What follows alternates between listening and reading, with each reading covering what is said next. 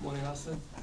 Before we begin, could we go for the team news for North London Derby, please? Look, Flamini is back in the squad, and the long-term injuries are not back. Walcott, of course, Giroud, and even Monreal is still out.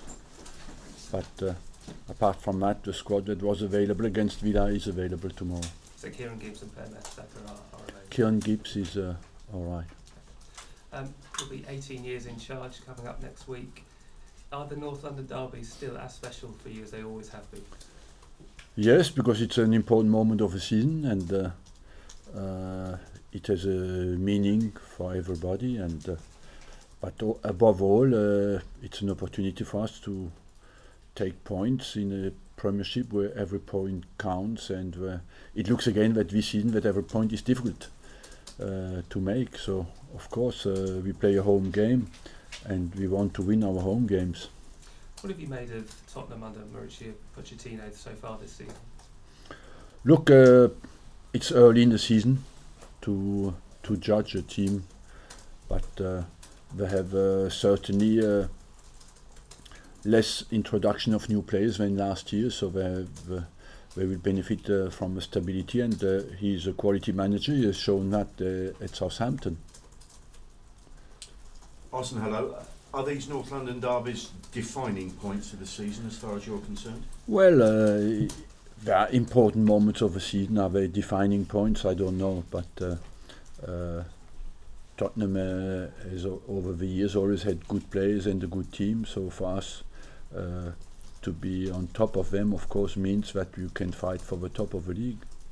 How proud are you that you've always finished above Tottenham in the Premier League in all your years in charge? Look, I am more proud to achieve our targets every year. That was to be in the Champions League, and apart from that, most of the time to be in the Champions League. One of our rivals was Tottenham. Many years it was them or us, and you always managed to get above, but I'm just proud to be consistent, because that's the most difficult in our job.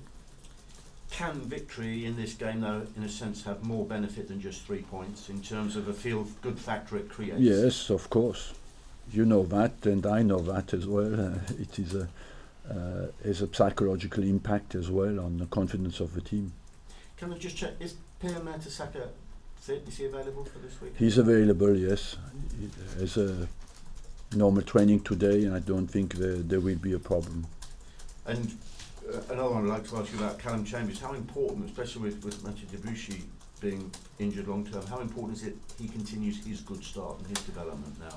For us, he has straight away become a regular player, you know, and for a 19-year-old boy, that's very demanding in a club where the requests are very high, and but he absorbs the games very well, not only physically but as well. He deals very well with the pressure, with the huge pressure that is on him for such a big game. He's picked up a couple of yellow cards. No concerns there? A little, because he has 3 yellow cards, and after 5 you miss a game. So, but that's a bit down to the fact that he's committed and lacks sometimes experience in a challenge. Mauricio Pochettino was paying tribute to you yesterday, saying he would love to be in charge of Tottenham for the length of time you've been in charge with Arsenal. Does he have any chance, do you think? I wish him well. I wish him well. But how important do you think, if they are to rival you season by season, that they have perhaps more stability in terms of their manager? Look, I always said that apart from Tottenham, I always was a fan of technical stability. For 2 reasons: because there's a line of conduct inside the club, and as well it's better the manager is the history and carries the values of the club than anybody else. And if you change the manager every year or 2, of course that's not easy. Again, you're having to bounce back from a midweek defeat, albeit with a very different side, but does that perhaps just stir the blood a little more ahead of this game? No, look, it was a disappointment to go out against Southampton, but it will be a completely different team because I changed 10 players from the Villa game. We are more in our mind on the back of the Villa game, and we want to do well, but we wanted as well to go through in Capital One Cup, but Southampton played very well, and certainly they might. You have to consider Southampton as being one of the top teams this season in the Premier League. There's only been 5 rounds of matches, but already there's been an awful lot more goals. 143 this time to 107 at the same time last year.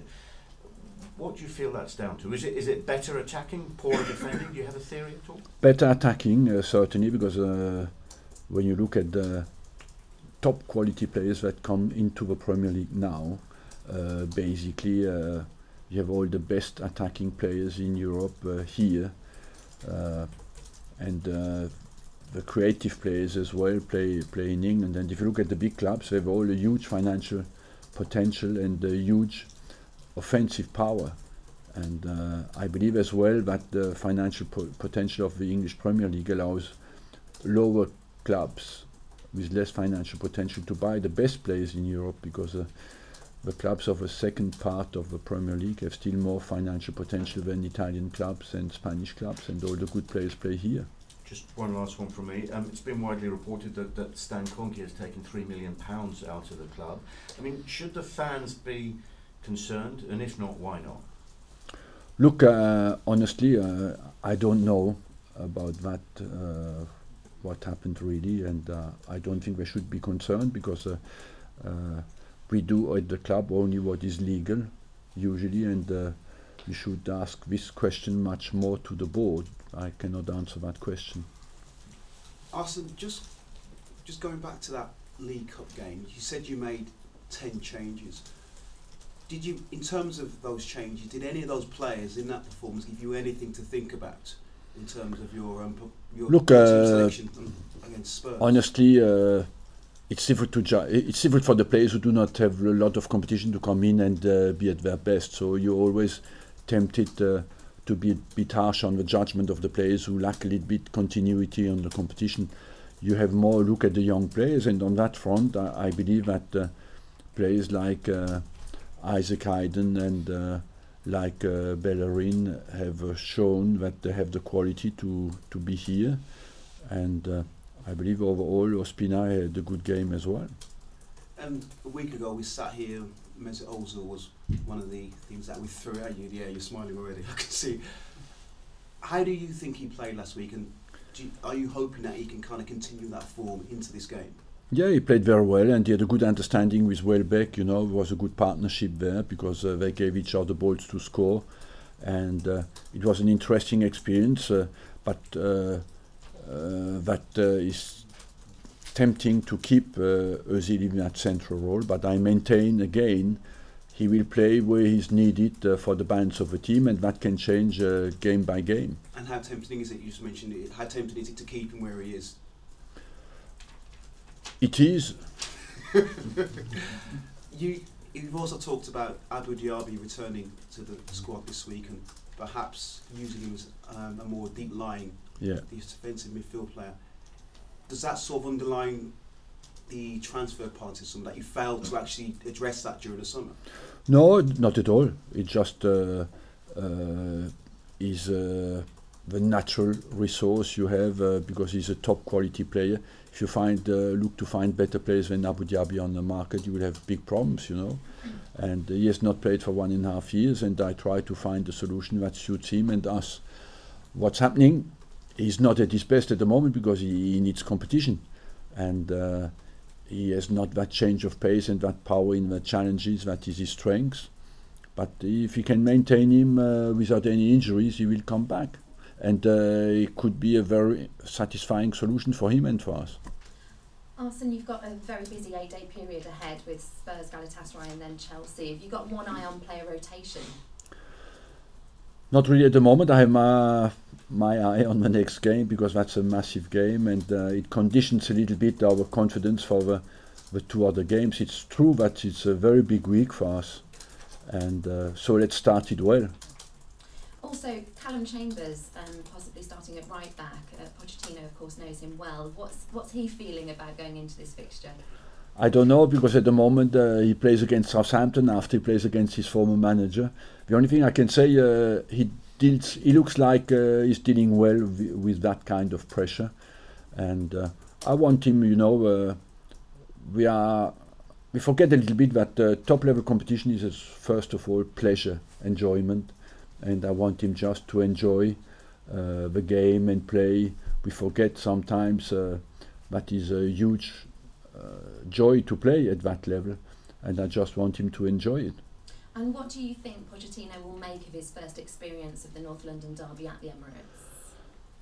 Look, I don't know. I just hope we can get on top of Tottenham, and it's always a very heated atmosphere, of course, and I believe it will be a very competitive game as well.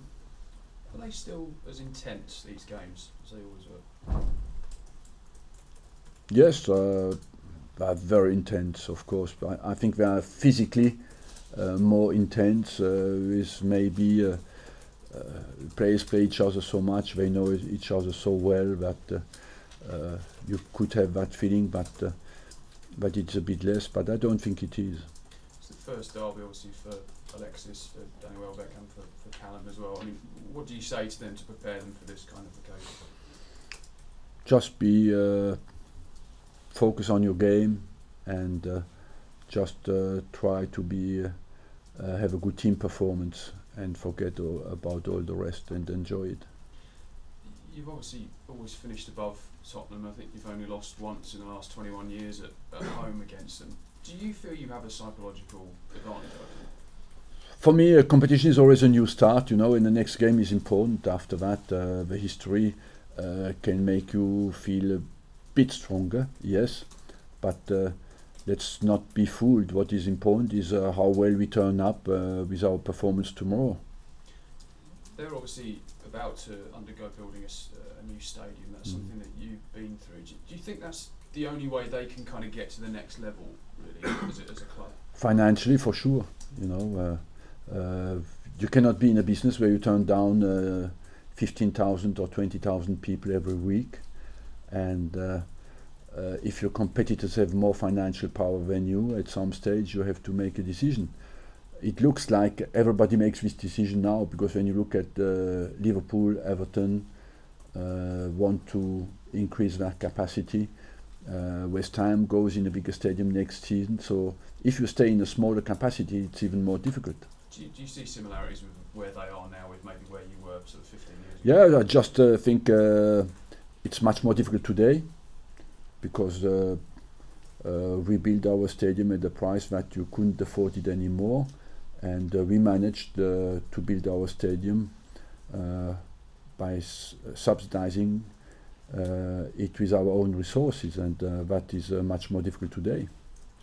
Arsene, lots of talk this week that yourself and Manchester United maybe should have bought a defender in the window. Is it a case that there wasn't a lot of great defenders to be bought in this window? Is that just the issue? That's exactly you sum it up very well.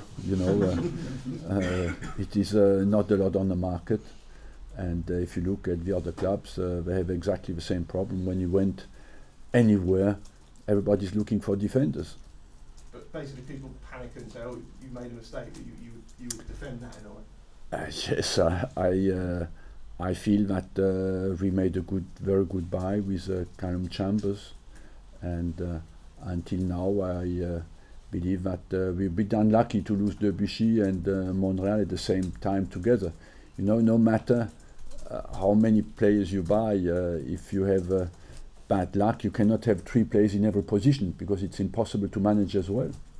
Arsene, what did you generally feel the financial results show about Arsenal? Is it better to have that money in the bank, or would you rather have had it on a couple of defenders, central midfield? Look, our profit did sink, and is not as big as it was the years before, because we spent a lot of money, and it's good to have a little cushion in case of we need to buy when the right players come up, and we need to strengthen the squad. We do it, but I think in the last 2 years we invested a lot of money and will continue to do so with the money that is available. Just a general question, what message do you think it would send out if Frank Lampard ended staying at Manchester City for the whole of the season? That's not right, is it? It's right if it is. You have always two judgments. One is moral and one is legal, and it just depends what you consider. What do you consider? I think is it legal? You have to respect it. After that, the player has to deal with his own decisions. I respect the fact that he wants to play at the top level, and that maybe had not that opportunity anymore at Chelsea. But I don't really know what is all behind that. Was that planned to go to New York, to go to Man City? I'm not sure. I think he genuinely wanted to go abroad, go to New York, and suddenly was offered this solution, and to come back to the Premier League, and he took it. But he could explain that much better than I do. I don't know what is behind that. It's already been mentioned you're now going into a key period. With just focusing on Europe, are these matches now coming up? They could define the group for you, couldn't they? Because you've got these Galatasaray and then the home games. How do you approach these like that? Look, I agree with you. That is the first important. I would say the second, because the first massive important game for us was Besiktas after the World Cup to get through and to start well in the Premier League. Our start was decent, and now is the second first block of games that will show really how strong and how good we are. Arsene, just a question for our American clients. Gordon Taylor's come out this week once again in defence of the Rooney Rule. It's working so well in the NFL. They're back here at Wembley on Sunday. Can we just get your views on it? Are you a supporter of it? Do you think it should be brought in to English football? I'm a supporter of against any discrimination, and that just for me, I dream of a society where just competence comes in, no matter where you come from and what is the color of your skin and what is your culture. That is for me the most important. Is the rules restriction of employment. I don't think it's what they called in France positive discrimination. I wouldn't like to be of any culture and just think I'm there because I come from somewhere, and somewhere it's encouraging discrimination. I just dream of a competitive world where everybody's employed just because he's good, and I'm in favor of that. Even if we had that debate in France, a woman or a man, there's no discrimination for me. It's just competence that is important. Thanks everyone. Thank you.